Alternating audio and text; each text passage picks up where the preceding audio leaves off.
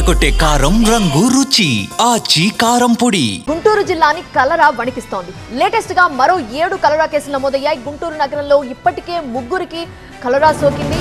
AIIMS లో చికిత్స పొందుతున్నారు బాధితులు. కలరా బాధితుల్లో 4 ఏళ్ల చిన్నారి కూడా ఉండటంతో ఆందోళన పెరిగింది.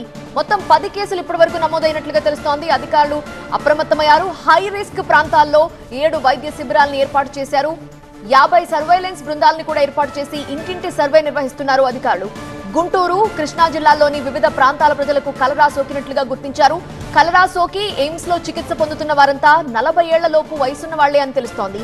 బాధితుల్లో ఎక్కువగా మంగళగిరి, తాడేపల్లి పరిసరాల్లోని పెనుమాక, మక్కావారిపాలెం, నవులూరు, తెనాలి మండలం, అంగలకుదురు ప్రాంతాలకు చెందిన వారిగా తెలుస్తోంది. మరొకరు కృష్ణా జిల్లాకు చెందిన వారిగా సమాచారం. ఏంటి పరిస్థితి, అధికారులు ఏం చెప్తున్నారు వివరించడానికి మా ప్రతినిధి నాగరాజు లైవ్ లో సిద్ధంగా ఉన్నారు. నాగరాజు, కొన్ని ప్రాంతాల్లో కలరా కేసులు ఎక్కువగా నమోదవుతున్నట్లుగా తెలుస్తోంది. మరి ఎలాంటి చర్యలు తీసుకుంటున్నారు? రీజన్ ఏంటి? ఎక్కడ వాటర్ కంటామినేట్ అయినట్టుగా గుర్తిస్తున్నారు?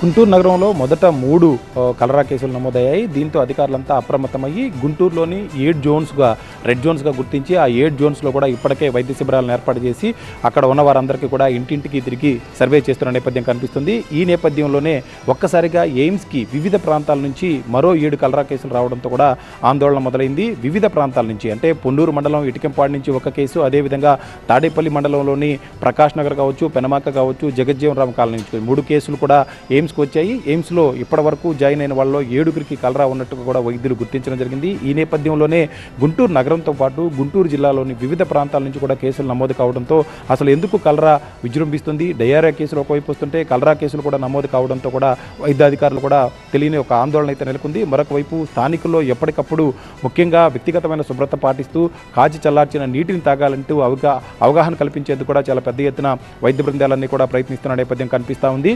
అయితే ఈ కేసులన్నీ కూడా వివిధ ప్రాంతాలకు సంబంధించి ఎక్కడా కూడా ఒక ప్రాంతంలో సాధారణంగా వాటర్ కంటామినేటెడ్ కానీ లేదా ఆహార పదార్థాలు కలుషితమైతే ఒకే ప్రాంతంలో ఎక్కువ కేసులు నమోదయ్యే అవకాశం ఉంటుంది. అటు డయేరియా కావచ్చు, ఇటు కలరా కావచ్చు. కానీ ఇక్కడ మాత్రం మొదట గుంటూరు నగరంలోని ప్రగతి నగర్లో నుంచి 2 కేసులు వచ్చాయి. అదేవిధంగా బాలాజీ నగర్ నుంచి ఒక కేసు వచ్చింది.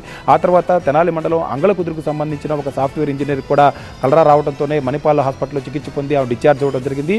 ఆ తర్వాత వివిధ ప్రాంతాలు ఇటు పొన్నూరు కావచ్చు, తాడేపల్లి మండలం కావచ్చు, కృష్ణా జిల్లా నుంచి కావచ్చు, వివిధ ప్రాంతాల నుంచి కూడా ఈ కేసులు రావడంతో వైద్యాధికారులంతా కూడా ఎక్కడికప్పుడు చర్యలు తీసుకునే ప్రయత్నాలు అయితే చేస్తూ ఉన్నారు. ప్రజలు భయాందోళనకు గురి కావాల్సిన అవసరం లేదని మాత్రం వైద్యులు చెప్తున్నారు.